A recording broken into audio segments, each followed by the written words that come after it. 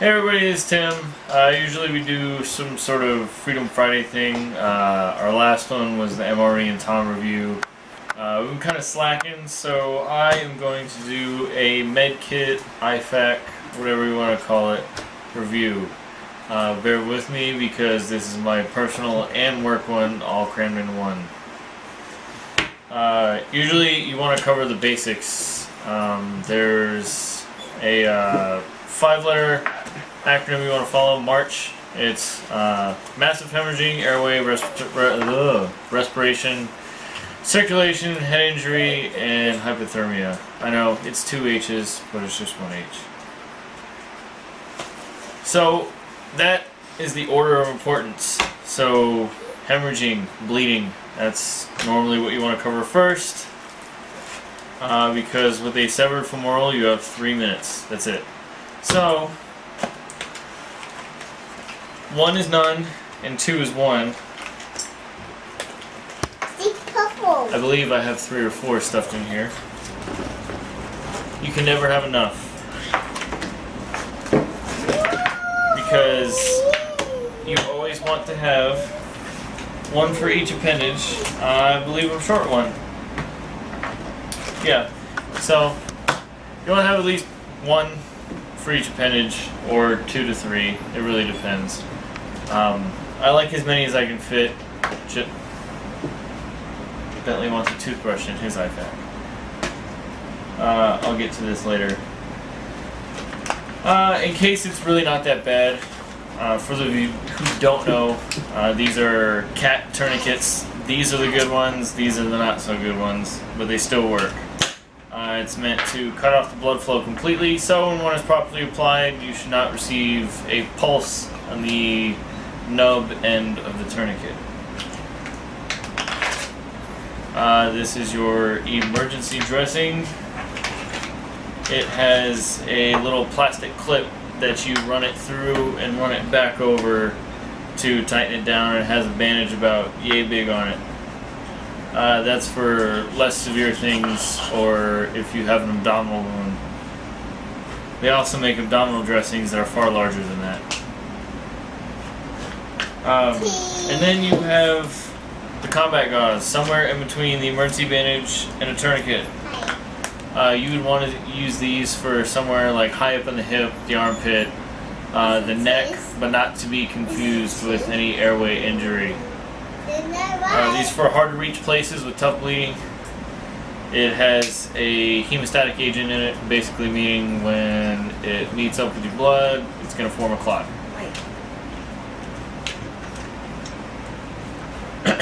And then you have airway. You have your nasopharyngeal. For all the military guys out there, you know that this thing sucks.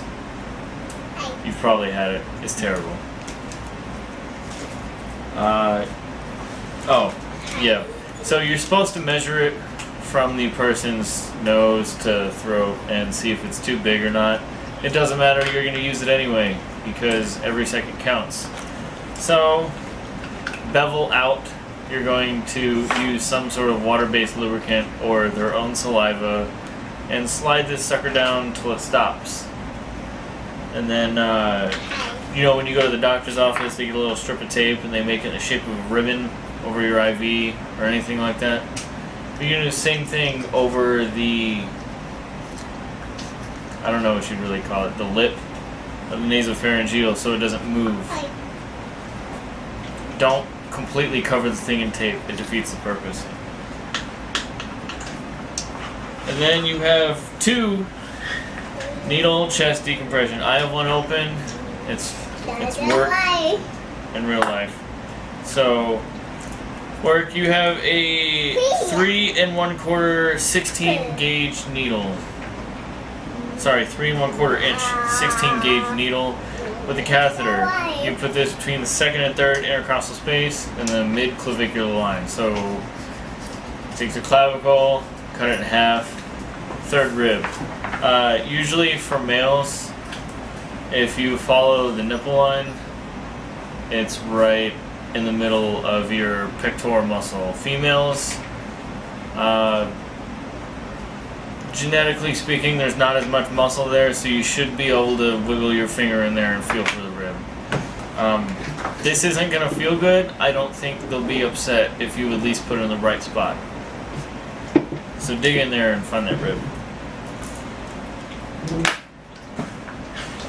That is for tension pneumothorax. Essentially, some injury, whether it be a blast wave or a protruding wound, a sucking chest wound, has caused air to enter the chest cavity and collapse a lung.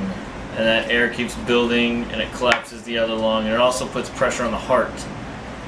You could also get a deviated trach from it, and if you see that, it's... Anyway.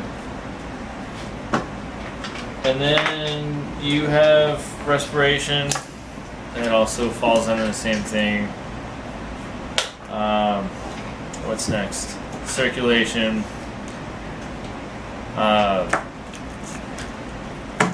Really don't have anything for that.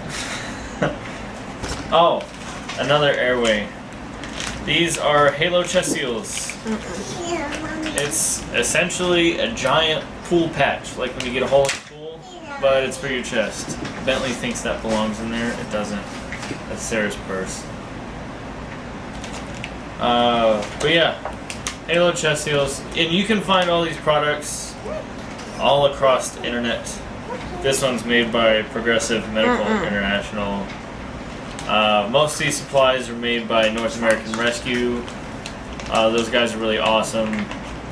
But yeah. All you do is peel the backing off of this just like a sticker, wipe the wound clean, and slap it on. These work really well. And also, if you run across a situation and you want to do some self-taught medicine, if there's an entry wound, chances are there's an exit wound, so try and find it. Where was I? So yeah, medical shears. Those just kind of came out, or Bentley took them out, I'm not sure. Always have a pair. And at least a pocket knife. That always helps. Thank you.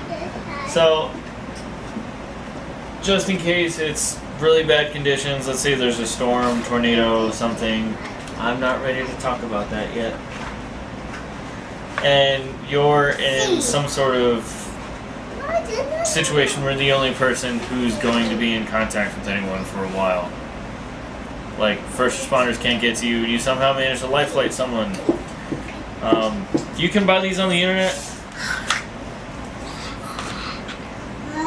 There's a lot of different models. I know the Coast Guard makes a bunch of them for water rescue. And it has a IR mode on it. So infrared, basically you can only see it with NVGs for some reason you don't want anyone other than the people rescuing you to know where you are. If you just pull this cap off, it's a white light, it's really bright. I'm not going to do it. And then if you extend this bad boy all the way out, it is now a blue light. I'm not sure if you can see it down in there. Kinda, maybe. You see? I see it. Okay. I see Yeah, it. it's a blue light. You'll just have to trust me on that one. You always want some way to let people know where you are. Red chem stick and an infrared chem stick, once again, for some reason, if you only want the people rescuing you to let you know where you are. And then if you want to save the paramedic some time and you know what you're doing, this is an IV catheter starter. It is only the catheter, and it is just a starter. Please, please, please, please do not do this unless you know what you're doing. You can really, really hurt someone if you don't know what you're doing.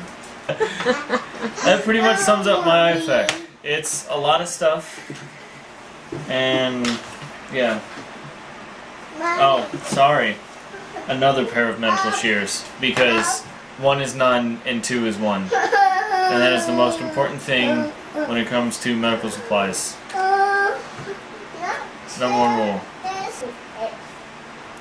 So yeah, this pretty much concludes the whole thing. My med kit review. A lot of these supplies work really well.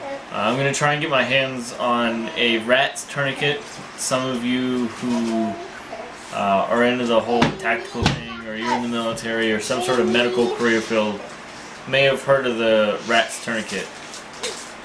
It's a rapid something tourniquet. It's this weird looking hook with an elastic thing, and you just wrap it around the appendage a bunch of times and then hook it through.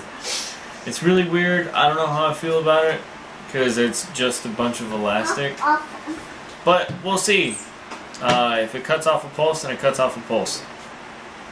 And then also the soft T, which is my favorite tourniquet. I'm going to try and get my hands on that too. Those things, it's magic. I'm fully convinced it's magic. But yeah, this pretty much concludes what I got. If you guys have any questions, just feel free to put it in the comments below. And don't forget to subscribe, even if my video was super lame. Thanks, guys.